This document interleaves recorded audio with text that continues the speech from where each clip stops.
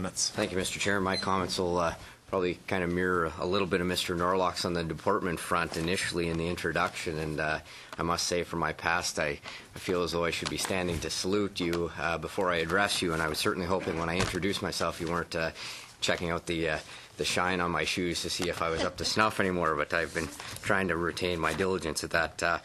I'm from the Yukon Territory, representing Northern Riding, and just maybe wanted to give you an opportunity to share your experiences with the committee from a rural and northern perspective, and maybe just touch on what you see as some of the challenges that are facing the three territories, and perhaps ones that overlay the rural part of our country as you take on this new role.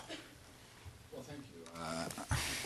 I think that if you have not had, I don't want to sound like I'm making any pitches here, but if you have not had the opportunity to tour the territories and see some of the remote deployments of our officers, it is really quite something to behold. So first of all, let me say how impressed and thankful I am for the work that the folks do in our territories day in and day out. In some cases, they are the representatives of the Government of Canada in many, many respects beyond what you would expect out of policing. So I think therein lies the challenge in terms of having officers, and most of our officers, God bless them, are absolutely community-oriented.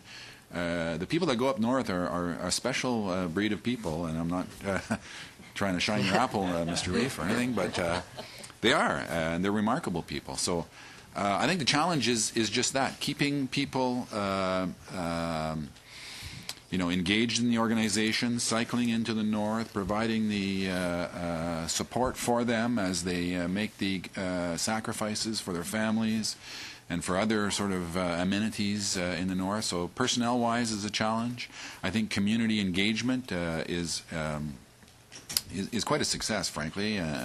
We've had some challenges in some areas from time to time, but by and large our people are very well respected up there. I think as the north begins to grow, we're seeing what you would normally expect, and I didn't come here to whine and snivel about resources, but I think that we need to be mindful of how the north is growing, and as opportunities develop in the north, that I'm able to deploy enough resources to satisfy the demands.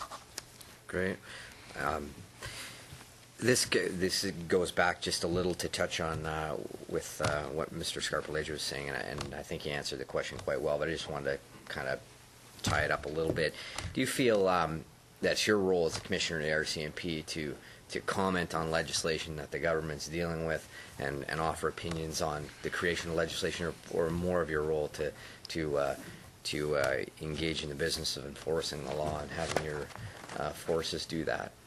No, that's right. I think that to the extent that I can concentrate on my primary mission, which is to lead this tremendous organization in the mission of keeping Canadians safe, then all the better. I do, though, have a role from time to time to provide advice to the minister and the department when I'm asked, but I agree with you. I don't think it's my role to be commenting publicly on legislation or the matters of the government. We have a few more moments if you choose to use them, Mr. Leef.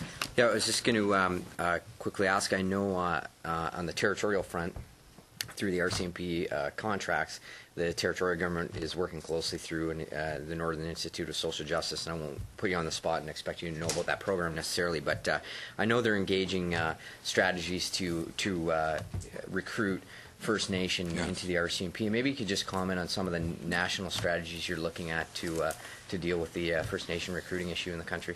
Okay, well, one of the things that we are doing and are taking considerable effort at achieving is getting away. I ask for a lot of innovation from my people, and I want to get away from the idea that our policies in the past have prevented us from having people in a community come back to a community. And the only way, frankly, we're going to get adequate representation from some of these distant communities and provide the inroads into those communities, really, is to have local people brought into the organization and then brought back to the community. So that's an initiative, a trial, a pilot, as we refer to it, that we're engaged in right now with actively recruiting people from Aboriginal communities and asking them to go back to those communities. There are some risks attendant in that sort of a strategy. There is some good thinking around being able to move people around, but that's one of the things that we're prepared to risk out. Thank you.